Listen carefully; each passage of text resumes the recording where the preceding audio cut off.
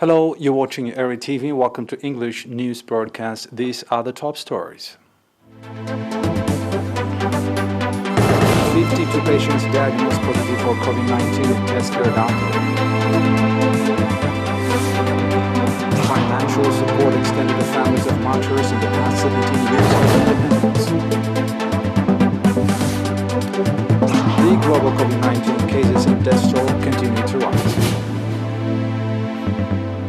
And the United States carried out another round of airstrikes in Iraq and Syria.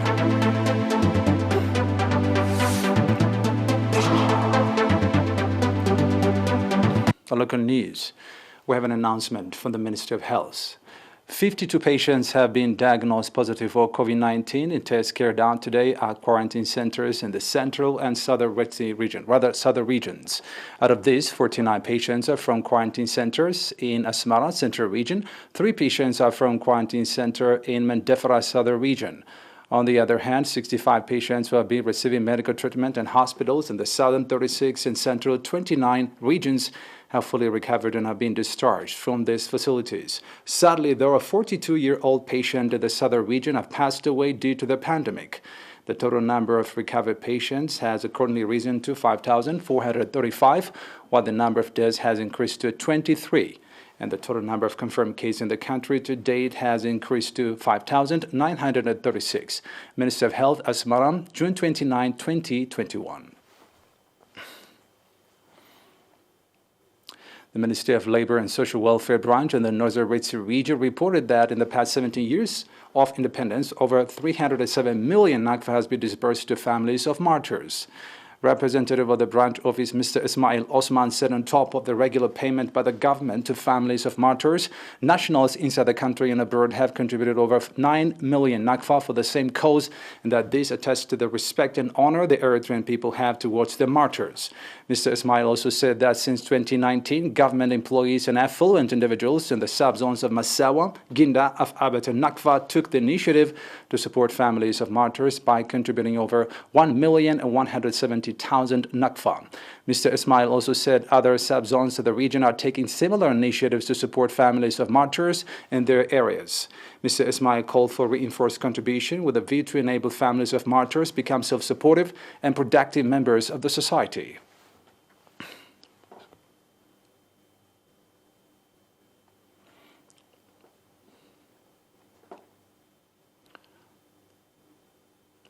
Dombosco Technical School in Dekmahara graduated 327 students in certificates. The students graduated in 8 fields of studies, including auto mechanics, metal works, electricity, woodworks, electronics, construction, and survey.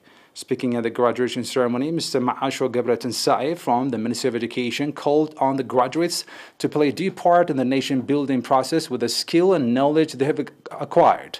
The administrator of Dekmahara Subzone, Mr. Yeman Aberra, also called on the graduates to develop the knowledge they have acquired through practice.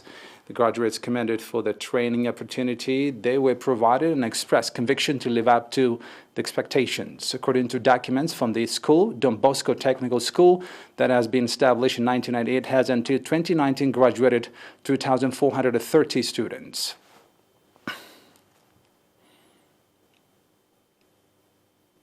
The social service provision institutions put in place in Adobha subzone reported that they are contributing in the success of village regrouping program. The report was made by Mr. Mohammed Omar Drar, administrator of the subzone, stating that regular educational services being provided in 5 administrative areas in the subzone. Mr. Mohammed Omar said most of the schools put in place in the subzone are semi-boarding schools.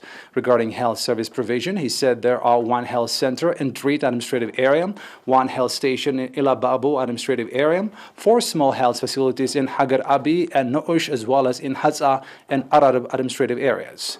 Pointing out that solar-powered potable water project has been put in place in Drit administrative area, 1 working with drill in Rabat, Tahat, and Fruk. Mr. Mohammed Omar said similar projects will be put in place in the other administrative areas. He also said that there are plans to regroup the remaining villages with a view to enable them become beneficiaries of social service provision and institutions. Adobha subzone comprises 6 administrative areas and is resident to about 14,000 inhabitants.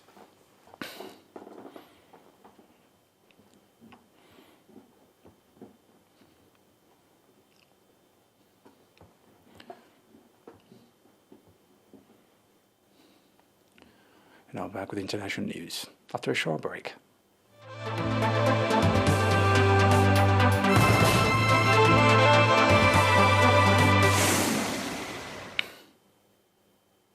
Welcome back.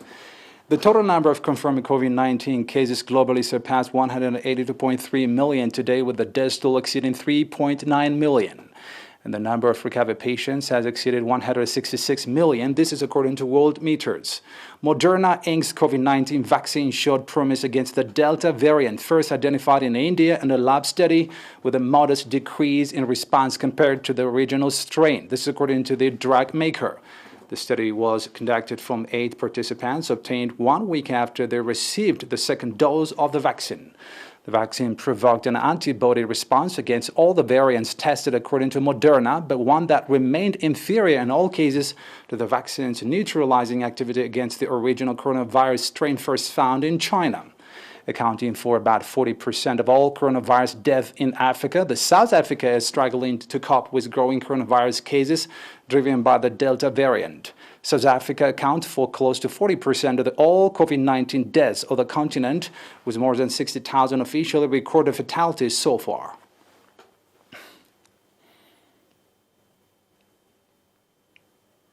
The United States said it carried out another round of airstrikes against Iran-backed militia in Iraq and Syria, this time in response to drone attacks by the militia against UN personnel and facilities in Iraq. In a statement, the U.S. military said it targeted operational weapons storage facility at 2 locations in Syria and 1 location in Iraq.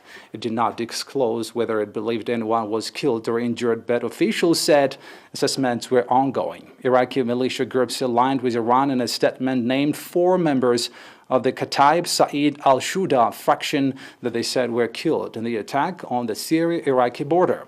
They vowed to retaliate. These strikes came at the direction of President Joe Biden, the second time he has ordered retaliatory strikes against Iran-backed militia since taking office 5 months ago.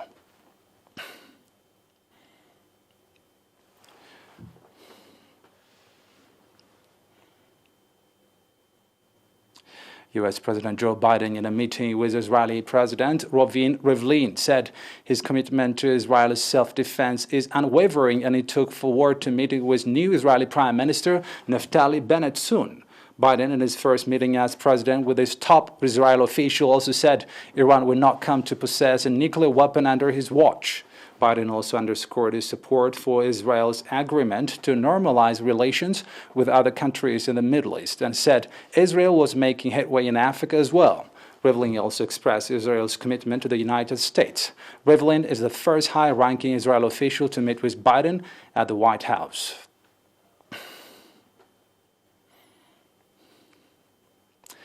Firefighters are battling to control fires burning alongside Interstate 5 in California coast. Lava fire in Siskiyou County near the Oregon border has prompted road closures and an evacuation order of residents, according to Shasta Trini National Forest's Twitter page. The statement says that shale fire has around 50% containment, close to around 8 square kilometers, despite high temperatures. The National Weather Agency forecast for hot temperature in California put it at level 4 alert, very high risk for entire population.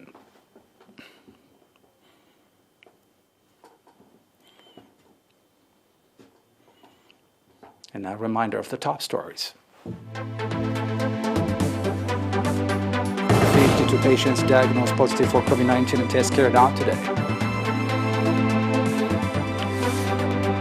Financial support extended to families of martyrs in the past 17 years of independence.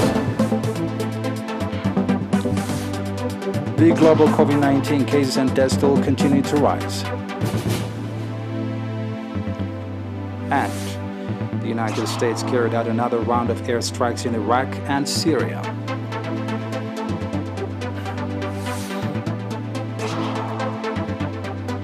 That's it for today. Thanks for watching.